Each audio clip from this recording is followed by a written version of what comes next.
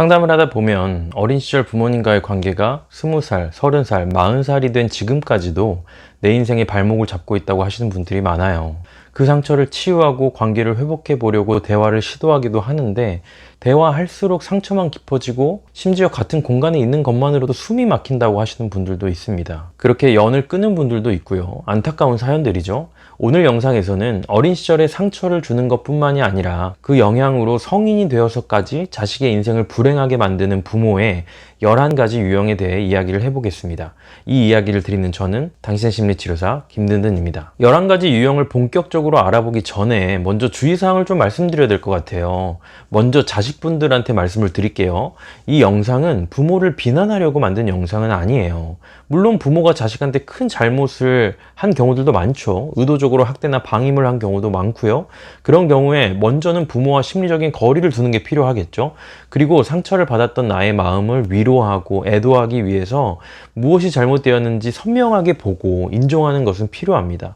그 과정에서 부모에게 화도 내고 비난도 할 수 있겠죠. 하지만 거기서 멈춰서는 안 된다는 거예요.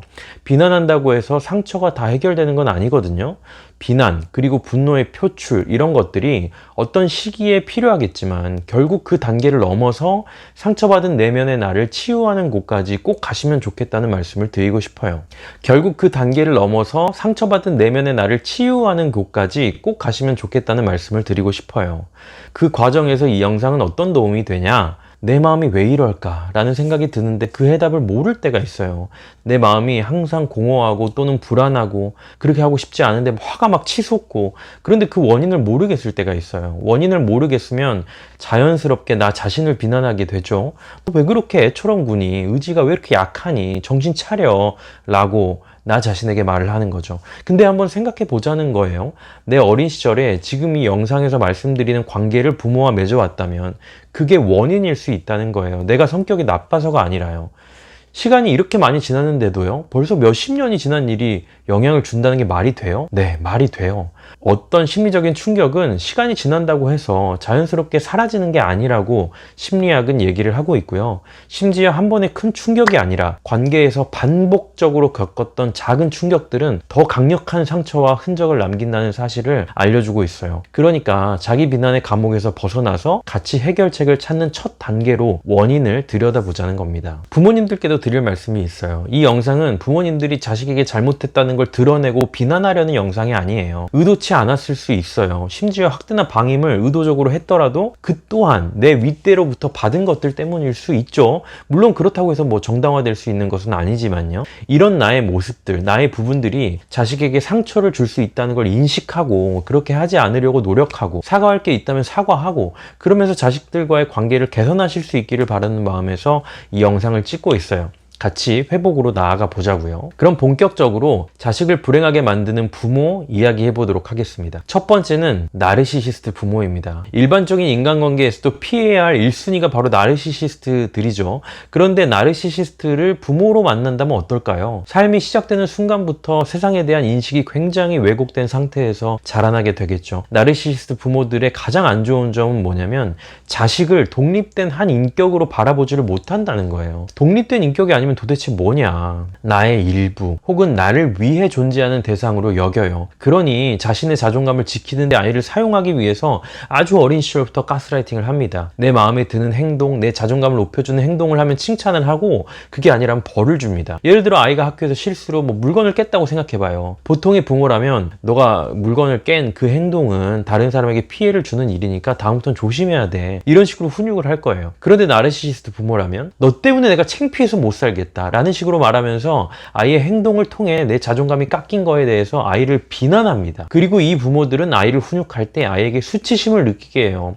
왜냐하면 이 수치심이라는 감정이 나르시시스트들이 가장 친숙하게 느끼는 감정이기 때문이에요. 실수할 때마다 이런 강렬한 수치심을 느끼면서 자란 아이들은 자존감이 바닥일 수밖에 없겠죠. 그리고 이 낮은 자존감 때문에 아주 소심한 모습을 보이거나 똑같이 나르시시스트가 될 수 있습니다. 두 번째는요, 권위주의적인 부모예요. 부모가 권위를 갖는 것과 권위주의적인 건 달라요. 이건 해도 되고 이건 하면 안 돼. 이렇게 건강한 경계를 그어주는 부모의 역할은 아이에게 너무너무 필요하죠. 그건 부모가 아이에게 갖는 건강한 권위입니다. 이것과 다르게 권위적인 건 뭐냐면 부모의 규칙을 아이가 아무런 질문 없이 무조건 따라야만 한다고 생각하는 겁니다. 이런 부모들이 사랑이 없는 건 아니에요. 아이가 필요로 하는 것들, 뭐 경제적인 부분이나 교육적인 것들을 잘 제공해주죠. 근데 문제는 순종적인 아이라는 부모가 생각하는 자녀의 그 역할에 굉장히 집착을 하고 있는 거예요. 그리고 자기의 말을 따르지 않으면 굉장히 심하게 화를 내고 질책을 합니다. 아이는 어떤 생각이나 감정이 있어도 그걸 전혀 표현하지 못하는 그런 아이로 자라나게 돼요. 말하면 혼나니까요. 이런 부모의 내면을 들여다보면 애가 나한테 토를 달지 않고 순종하는 것을 나를 사랑하는 것으로 느끼는 그런 내적인 역동이 있어요. 내 말에 반대되는 의견을 제시하면서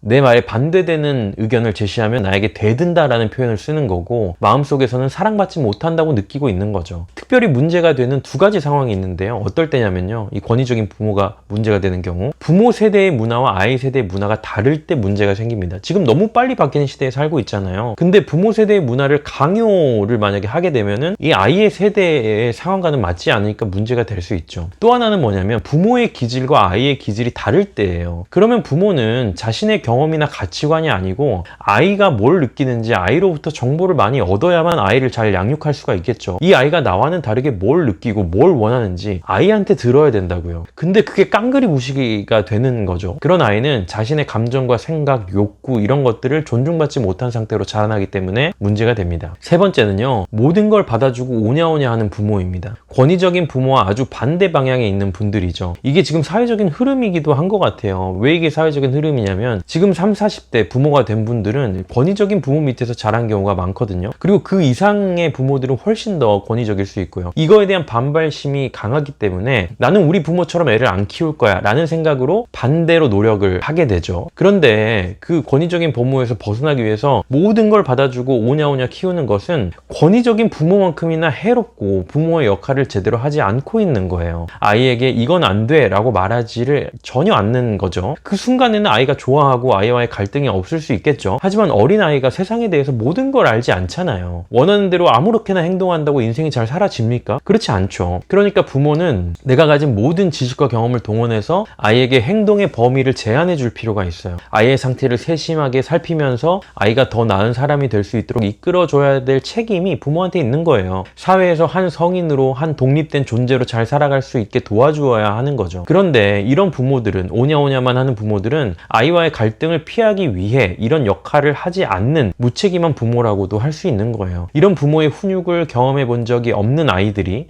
어른이 되면 어떻게 되냐면요, 자기의 잠재력을 충분히 발휘하지 못하는 사람이 돼요. 왜냐면 부모한테 받아보지 못한 훈육을 스스로 자기한테 하기가 굉장히 어렵거든요. 네 번째는 중독자인 부모입니다. 중독하면 뭐 알코올 중독, 도박 중독, 마약 중독 이런 말들이 떠오르죠. 물론 그런 것도 중독에 해당이 되고요. 그런데 꼭 그것만 있는 게 아니고 요즘 우리 사회에서는 엄청나게 많은 것들에 중독될 수 있는 것 같아요. 쇼핑 중독, 인터넷 중독, 포르노 중독, 게임 중독, 스포츠 중독 등등 정말 엄청나게 많죠. 이런 것들을 적당히 즐기는 건 문제가 되지 않을 텐데, 적당히 즐기는 것과 중독의 차이점은 뭘까요? 간단히 말하면 이런 활동들이 나에게 기분 전환이나 도움이 되는 그런 정도를 넘어서는 수준으로 즐기면 그건 중독의 상태에 있다고 봐야 됩니다. 이걸 하느라 일에 회사에 지각을 한다든지 약속을 항상 취소해야 된다든지 이것 때문에 카드 빚에 시달린다면 중독일 가능성이 높죠. 중독자 부모들이 아이에게 상처를 준 가장 큰 부분은 뭐냐면요, 중독자들은 두 얼굴을 가지게 된다는 거예요. 중독자들은 평소 괜찮은 모드에 있을 때랑 중독 모드에 있을 때 완전히 다른 사람이 돼요. 평소에는 다른 사람한테 싫은 소리 하나 안 하고 정말 법 없이 살 것 같은 아버지인데 술만 마시면 집안의 모든 걸 막 부수고 깽판을 치는 거예요. 극단적인 예시지만 상담을 하다 보면 이런 분들이 상당히 많습니다. 모든 중독이 그래요. 평소 모드랑 중독 모드가 다른 사람이에요. 그러니까 이런 부모 밑에 자란 아이들은 언제 돌변할지 모르는 괴물 같은 부모를 바라보고 있는 거죠. 그러니까 마음의 안정감을 가지고 자랄 수가 없겠죠. 다섯 번째는 참 안타까운 상황인데, 우울한 부모예요. 우울한 걸 뭐 부모의 잘못이라고 하기는 어려울 수 있는데요. 분명한 건 아이에게는 씻을 수 없는 상처를 준다는 겁니다. 왜냐면 우울한 사람은 기본적으로 에너지가 아주 낮고 나 자신에게만 계속 관심의 초점이 맞춰져 있게 돼요. 그러니까 아이에게 쏟을 에너지, 시간 이런 것들이 항상 부족한 거예요. 이 아이는 대부분의 시간을 혼자인 채로 보낼 수밖에 없겠죠. 내가 필요할 때 부모가 항상 곁에 없는 공허함을 가지고 자라나게 됩니다. 내 삶의 문제를 아주 어린 시절부터 스스로 떠안아야 되고요. 심지어 부모까지 돌봐야 한다는 그런 이제 신념을 가지고 자랄 수도 있어요. 부모가 항상 힘든 모습이니까. 그리고 부모가 아이에게 관심을 기울이지 않기 때문에 훈육도 당연히 할 수 없겠죠. 그래서 자기 절제력이 거의 없는 아이로 자라게 될 가능성이 높습니다. 이 내면의 공허감과 낮은 절제력이 이 아이의 삶을 굉장히 어렵게 만들게 돼요. 여섯 번째는 일중독인 부모입니다. 애들 먹여 살리려고 열심히 일한 게 뭐가 문제냐라고 생각할 수 있을 거예요. 하지만 집에 돈을 가져온다는 것 외에는 일 중독도 앞에 말한 다른 중독들과 똑같은 거거든요. 필요한 만큼 돈을 버는 게 뭐가 문제예요. 좋은 일이죠. 근데 일을 하고 돈을 버는 행위가 지금 가족관계, 건강 이런 다른 삶의 영역들에 손상을 주고 있는데도 일하는 걸 멈추지 못한다면 그건 일 중독이고 아이에게 큰 상처를 주게 됩니다. 일 중독인 부모들은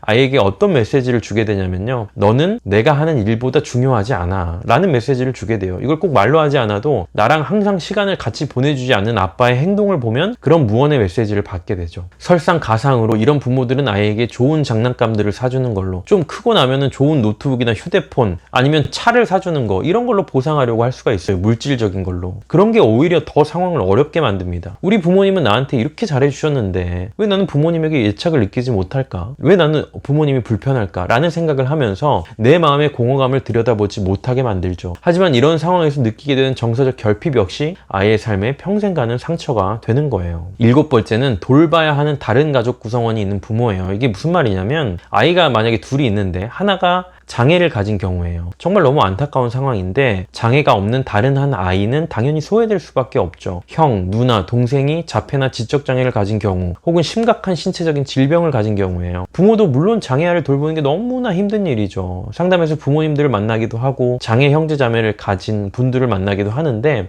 제가 뭐라 드릴 말씀이 없을 정도로 너무나 안타깝습니다. 그런데 그런 형제자매를 둔 아이들이 받는 상처도 너무나 크더라는 거예요. 근데 우리는 보통 그 상처는 들여다보기가 힘들죠. 보통은 엄마 아빠의 시선과 돌봄이 장애 형제에게 쏠려 있으니까 이런 아이들은 자기 일 알아서 잘하는 아이로 자랍니다. 엄마 아빠가 안 그래도 힘든데 나는 짐이 되지 말아야지, 저 힘듦을 조금이라도 덜어줘야지 하는 생각을 아이들은 하게 돼요. 기특하고 고마운 아이들인데 그렇게 성숙하게 행동한다고 해서 그 아이가 괜찮은 건 아니에요. 이 아이들은 보통의 아이들이 하지 않는 두 가지 역할을 더 맡아야 되는 거예요. 하나는 방금 이야기 드린 것처럼 부모를 케어하는 역할을 해야 되고요. 또 하나는 나의 마음을 내 스스로 달래는 역할을 해야 돼요. 내가 힘들어도 누구한테 말할 데가 없으니까요. 심지어 부모가 있어도 그걸 못하니까요. 힘들어 한다는 것 자체가 죄책감으로 느껴져요. 내 형은 장애를 가지고 태어나서 저렇게 힘든데 그 형을 돌보는 엄마 아빠는 저렇게 바쁘고 힘든데 내가 징징대면 안 되지, 내가 힘들다고 하면 안 되지, 이렇게 생각하게 되는 거죠. 이런 아이가 어른이 되면 자기의 욕구와 감정을 억압하는 데 아주 익숙한 어른이 됩니다. 하지만 여러분, 우리의 욕구와 감정은 억압한다고 억압되지 않잖아요. 여러분 다 아시다시피 내가 통제할 수 없는 다른 방식으로 표현될 뿐이죠. 여덟 번째는 아이가 무엇을 성취해내야만 인정을 해주는 부모입니다. 조건부 사랑이라고 하죠. 이런 부모들은 아이한테 야, 너가 이번 영어 시험에서 100점을 받는다면, 네가 이번 경시대회에서 입상을 한다면, 네가 대학 입시에 성공한다면 나는 너를 사랑할 거야 라는 메시지를 줘요. 직접 말로 요구하는 부모들도 많죠. 내 딸은 꼭 의사가 돼야 되고 그렇게 된다면 나는 네가 너무나 자랑스러울 것 같다 라고 말이죠. 근데 그렇게 되지 않으면 어떻게 되는 거죠? 자랑스럽지가 않다는 거예요. 조건부 사랑을 주는 부모는 사실 나르시시스트 부모와 굉장히 비슷한 그런 마음을 가지고 있습니다. 이 부모들이 자녀에게 왜 성취를 강요할까요? 겉으로는 너를 위해서 네 인생 잘 되라고 하는 거야 라고 말하지만 대부분은 그렇지 않아요. 내 아들이, 내 딸이 잘 나갔으면 좋겠는 거예요. 그럼 나도 인정을 받으니까요. 트로피 같은 거예요. 좋은 부모는 그렇게 하지 않아요. 잘해보라고, 열심히 해보라고 아이를 격려하고 도움을 줄 수 있죠. 근데 그게 나를 위해서가 아니라 진짜 아이가 행복한 그 아이의 인생을 위해서, 아이가 스스로 원하는 것을 성취해내고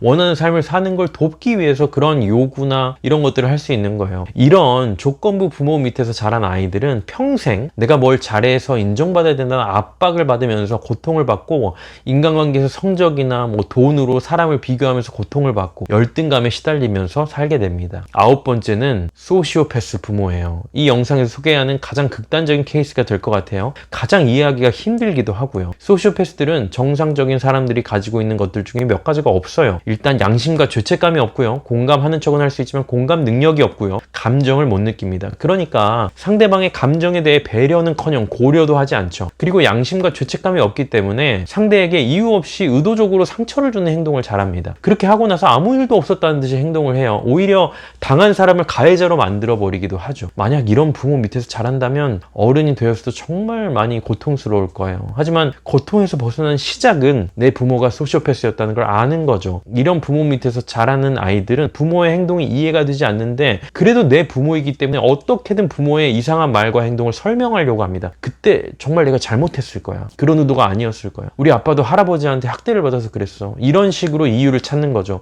이건 살아남기 위한 이 아이들의 발악이에요. 이유라도 없으면 그런 상황을 견디기가 어려우니까요. 다시 말하지만 소시오패스였구나 알아차리는 게 그 영향으로부터 벗어나는 시작입니다. 10번째는요. 자녀에게 부모 역할을 요구하는 부모예요. K장녀 컴플렉스가 대표적입니다. 어릴 때부터 동생들을 돌보고 도움을 줘야 된다고 느끼고 집에 보탬이 돼야 된다는 압박을 받습니다. 동생들에게 양보하는 건 일상이고 심지어는 부모를 돌보는 역할까지도 어린 시절부터 해야 되죠. 어른이 돼서 좋은 걸 보고 좋은 걸 먹으면 죄책감이 든다는 거예요. 우리 엄마 아빠는 이런 거 못 먹어봤을 텐데 나만 좋은 거 먹어서 미안하다. 이런 감정이요. 이런 장녀분들의 희생이 나머지 가족들을 위해서 너무 숭고하고 귀한 것일 수 있는데 자신을 돌볼 수는 없는 방식이었다는 거예요. 나한테 건강한 방식이 아니었다는 거예요. 더 안타까운 건 뭐냐면 희생은 첫째가 다 했는데 결국 부모님이 챙겨주는 건 또 동생들인 경우도 있어요. 희생이라는 거는 내가 선택해야지 강요받을 수는 없는 거잖아요. 그런데 어린 시절부터 그런 역할을 부모로부터 부여받았고 습관적으로 수행하게 되는 경우에 이런 안타까운 상황들이 벌어지게 되는 거죠. 우리가 남을 도와주는 거는 먼저 나로 살고 그 다음이어야 해요. 그래야 억울하지가 않죠. 하지만 부모 역할을 요구받은 자녀들, 이런 K장녀 같은 케이스는 나로 살아본 경험이 없기 때문에 성인이 되어서도 심리적 고통을 겪게 됩니다. 마지막 11번째는 사랑을 주고 싶지만 자기도 사랑을 못 받아본 부모들이에요. 지금까지 소개해드린 많은 유형의 부모들도 아마 자신의 부모들에게 사랑을 받지 못했을 거예요. 사랑을 받아보지 못했다면 나를 있는 그대로 받아들여주고 내면을 같이 들여다봐주고 돌봐주는 누군가를 살면서 한 번도 경험하지 못했다면 그걸 자식에게 주기란 굉장히 어려운 일이 됩니다. 주고 싶어도 어떻게 줘야 될지 모르고 방법 같은 걸 책이나 영상에서 봐도 익숙하지 못하니까 어려운 거죠. 여러분이 만약에 이런 부모라면 지금까지는 다르게 행동하셔야 돼요. 겉으로 볼 때는 아이가 괜찮아 보일 수 있어. 오히려 다른 애들보다 성숙하고 모범적이고 똑똑하고 말 잘 듣는 애로 보일 수 있거든요. 근데 아이의 겉모습이 아니라 아이의 내면을 보세요. 아이의 내면은 텅 비어 있어요. 이 아이의 내면을 사랑으로 채워주는 게 다른 무엇보다 중요하다는 거를 정말 깊이 깨닫고 지금부터 바뀌셔야 돼요. 그리고 어릴 때는 애들이 괜찮아 보이고 나랑도 사이가 나쁘지 않을 수 있지만 청소년이 되고 어른이 되면 나를 원망하게 될 거라는 걸 생각하셔야 되고 받아들이셔야 돼요. 그게 조금이라도 아이들의 마음을 치유하는 데 도움이 될 테니까요. 반대로 만약에 여러분이 이런 부모 아래에서 자랐다면 절망적일 거예요. 내가 지금 이렇게 마음이 힘들고 인생이 안 풀리는 게 내 부모 때문이었구나 하는 걸 처음 깨달으신 분들도 있을 거고요. 이게 바로 시작점이에요. 중요한 건 부모를 원망하는 것보다 물론 그거 어느 정도는 필요할 수 있죠. 원망하는 거. 근데 더 중요한 건 내 인생을 행복하게 어떻게 살아갈 것이냐 하는 문제죠. 내 부모님이 나에게 했던 것처럼 외적인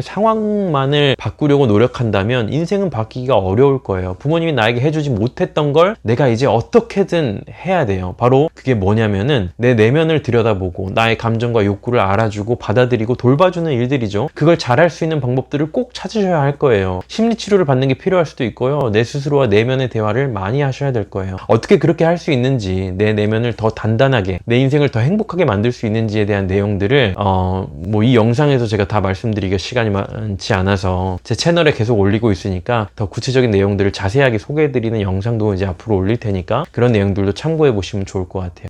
자, 오늘 영상에서는 안타깝지만 아이의 인생을 불행하게 만드는 부모의 유형들에 대해 알아봤고요. 알아보는 데에서 멈추지 말고 우리 내면을 치유하고 성장하는 데까지 함께 나아가 봤으면 좋겠어요. 그럼 저는 다음에 더 좋은 영상으로 찾아뵐게요. 다음에 또 만나요. 바이바이.